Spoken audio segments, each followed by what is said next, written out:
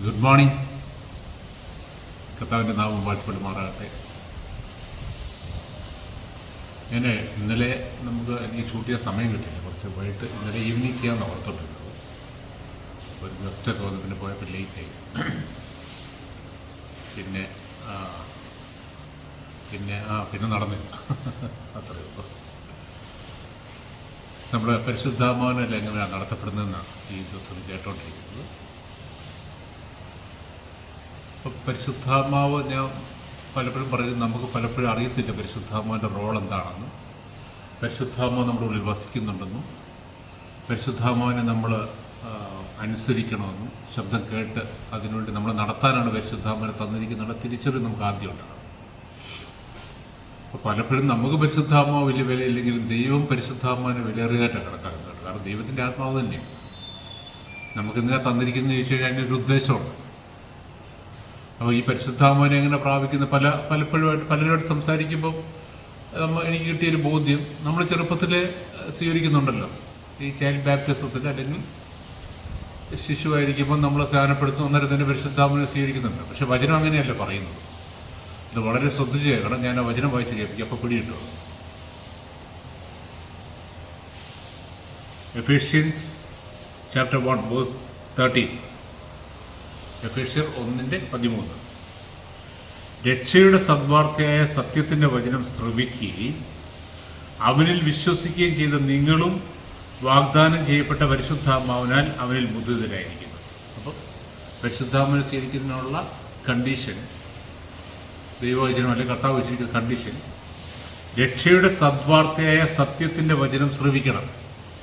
നമുക്ക് ഗോസ്പൽ, രക്ഷയുടെ സദ്വാർത്തയായ സത്യത്തിൻ്റെ വചനം എന്ന് പറഞ്ഞാൽ ഗോസ്പൽ, സുവിശേഷം എന്ന് പറഞ്ഞാൽ യേശു നമ്മുടെ പാവങ്ങൾക്ക് വേണ്ടി മരിച്ചു, നമ്മുടെ നീതീകരണത്തിനായിട്ട് ഉയർത്തെഴുന്നേറ്റു.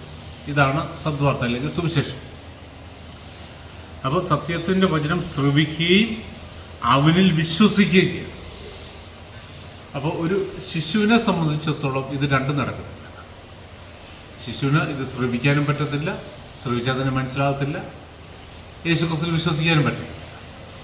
പിന്നെ പകരം ഒരാളായിരിക്കും ചെയ്യുന്നത്. അതുകൊണ്ട് കാര്യമില്ല. കാരണം രക്ഷ പേഴ്സണലാണ്. എപ്പോഴും ഞാൻ രക്ഷ പേഴ്സണലാണ്.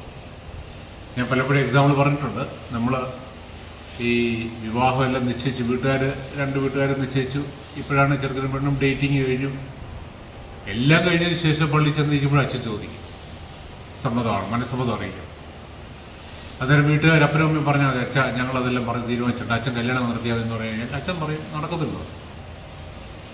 കാരണം അവരുടെ വായിൽ നിന്ന് കേൾക്കണം, പേഴ്സണലായിട്ട് അവനത് അക്സെപ്റ്റ് ചെയ്യണം, അല്ലെങ്കിൽ അവളത് അക്സെപ്റ്റ് ചെയ്യണം. എന്ന് പറഞ്ഞതുപോലെ തന്നെ യേശുവിനെ നമ്മൾ രക്ഷിതാവായിട്ട് പേഴ്സണലായിട്ട് അക്സെപ്റ്റ് ചെയ്യണം. വേറൊരാൾ എനിക്ക് വേണ്ടി ചെയ്യാൻ പറ്റത്തില്ല. ഇത് വളരെ ശ്രദ്ധിച്ചോണം. രക്ഷ ഓരോരുത്തർക്കും പേഴ്സണലാണ്. കർത്താവിന് കൊച്ചുമക്കളില്ല. എന്നാൽ കർത്താവിൽ വിശ്വസിക്കുന്ന ഓരോരുത്തർക്കും മക്കളാവാൻ അധികാരം കൊടുത്തു. എന്നിട്ട് പറയണം പരിശുദ്ധാത്മാവിനാൽ നടത്തപ്പെടുന്ന ഏവരും എത്ര ദൈവത്തിൻ്റെ മക്കൾ. അപ്പോൾ ഞാൻ വിശ്വസിച്ചു, അടുത്ത എൻ്റെ കുഞ്ഞ് വരുമ്പോഴത്തേക്കില്ല അങ്ങനെ ഓട്ടോമാറ്റിക്കലി ആയിക്കോളൂന്ന് നമുക്ക് പറയാൻ പറ്റത്തില്ല. അങ്ങനെയല്ല വചനം പറയുന്നത്. വളരെ ശ്രദ്ധിച്ചോണം. അതൊക്കെ പിന്നീട് വന്ന സിസ്റ്റം, സമ്പ്രദായങ്ങളാണ്. ബൈബിൾ മുഴുവൻ, പുതിയ നിയമം മുഴുവൻ വായിച്ചു കഴിഞ്ഞാൽ ഈ ഒരു വാദത്തിന് വേണ്ടി പറയുന്നുണ്ട് ഇന്നാളും കുടുംബവും. കുടുംബം എന്ന് പറയുമ്പോൾ അന്നത്തെ കുടുംബം എന്ന് പറയുന്നത് പ്രായപൂർത്തിയായവരും അല്ലെങ്കിൽ അവരുടെ ജോലിക്കാർ അങ്ങനെയുള്ളവരെല്ലാം കൂടെ ഉൾപ്പെടുത്തി പറയുന്നത്. അതാ വിശ്വസിക്കാനായിട്ട് പ്രാപ്തിയുള്ളവരാണ്. ഞാനും അതിനെക്കുറിച്ചൊക്കെ ഒത്തിരി പേര് തർക്കിച്ചുകൊണ്ടിരുന്നത്. കുടുംബം എന്ന് പറയുമ്പോൾ കുഞ്ഞുങ്ങളുണ്ട്. അത് നമ്മൾ ഒരു കോണ്ടെക്സ്റ്റ് മാത്രം വായിക്കുമ്പോൾ കിട്ടുന്നൊരു അറിവ്. കാരണം നമ്മുടെ വാദത്തെ ന്യായീകരിക്കാൻ വേണ്ടി നമ്മൾ കണ്ടുപിടിക്കുന്നൊരു വാദം. പക്ഷെ യഥാർത്ഥമായിട്ടുള്ള കർത്താവിൻ്റെ ഹിതം തിരിച്ചറിയണമെന്ന് ആഗ്രഹിച്ച് വചനം വായിക്കുമ്പോൾ നമുക്ക് പിടികിട്ടും. ഈ കുടുംബം എന്ന് പറയുന്നത് പ്രായപൂർത്തിയായി ഇപ്പോൾ ഈ വായിച്ചു കേട്ട രക്ഷയുടെ സദ്വാർത്തയായ സത്യത്തിൻ്റെ വചനം ശ്രവിക്കുകയും അവനിൽ വിശ്വസിക്കുകയും ചെയ്ത നിങ്ങളും വാഗ്ദാനം ചെയ്യപ്പെട്ട പരിശുദ്ധാത്മാവിനാൽ അവനിൽ മുദ്രിതരായിരിക്കും. കാരണം ഇതാദ്യമേ പ്രസംഗിച്ചത് പത്രോസാണ് പ്രസംഗിച്ചത്. പെന്തക്കോസ്ത് ദിനത്തിൽ പത്രോസിൻ്റെ പ്രസംഗം കേട്ടപ്പോൾ യഹൂദന്മാർ കുത്തുകൊണ്ടു. അപ്പോൾ യഹൂദന്മാർ ചോദിച്ചു, സഹോദരന്മാരെ രക്ഷപ്പെടാൻ ഞങ്ങൾ എന്ത് ചെയ്യും? അന്നേരമാണ് പറഞ്ഞത്, നിങ്ങൾ ഓരോരുത്തരും നിങ്ങളുടെ പാപങ്ങൾ ഏറ്റുപറഞ്ഞ് കർത്താവ് യേശുവിൻ്റെ നാമത്തിൽ സ്നാനം സ്വീകരിക്കുകയും എന്നാൽ പരിശുദ്ധാത്മാവെന്ന ദാനം നിങ്ങൾക്ക് ലഭിക്കും.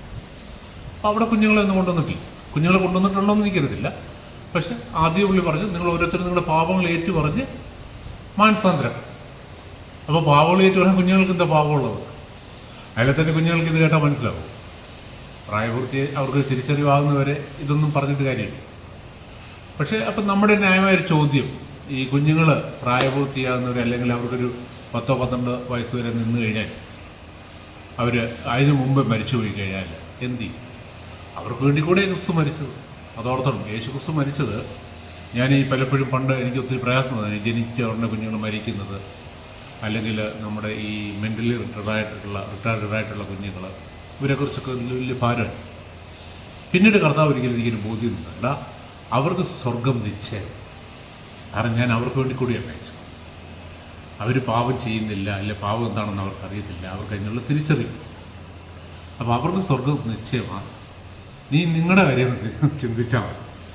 അല്ലെങ്കിൽ സുബോധം ഉണ്ടെന്ന് പറയുന്ന, അല്ലെങ്കിൽ നമുക്കൊരു കുഴപ്പമില്ലെന്ന് പറയുന്ന ആൾക്കാരുടെ കാര്യത്തിലാണ് ഈ പ്രശ്നം. കാരണം അവർക്ക് നന്മയും തിന്മയും തിരഞ്ഞെടുക്കാനുള്ള ആ ഒരു ഫ്രീ വില്ല് കൊടുത്തിട്ടുണ്ട്. അവരെന്നേക്കാൾ അധികമായിട്ട് ലോകത്തെ സ്നേഹിക്കുന്നു. അപ്പോൾ അങ്ങനെ പല കാര്യങ്ങൾ. അപ്പോൾ നമ്മളിതൊക്കെ പരിശുദ്ധാവ് വെളിപ്പെടുത്തി തരും.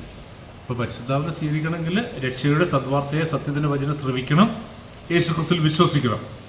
അങ്ങനെ യേശുവിൽ വിശ്വസിച്ച് യേശുവിൻ്റെ പാവങ്ങൾക്ക് വേണ്ടി മരിച്ചു, എൻ്റെ നീതീകരണത്തിനായിട്ട് ഉയർത്തെഴുന്നേറ്റു എന്ന് ഞാൻ വിശ്വസിക്കുമ്പോഴാണ് എൻ്റെ ഉള്ളിൽ വീണ്ടും ജന്മം നടക്കുന്നു. പരിശുദ്ധാത്മ എൻ്റെ ഉള്ളിൽ വന്ന് വസിക്കാറുണ്ട്. പരിശുദ്ധാത്മ വന്ന് വസിക്കുന്നത് എൻ്റെ വീണ്ടും ജനിച്ച ആത്മാവിലാണ്. എന്നു പിന്നെ കൂട്ടായ്മ എന്ന് പറയുന്നത് എൻ്റെ ആത്മാവും പരിശുദ്ധാത്മാവും. അതാണ് പിന്നത്തെ അവസ്ഥ. ബാക്കി അടുത്ത എപ്പിസോഡ് കഥാ അനുഗ്രഹിക്കുന്നത്.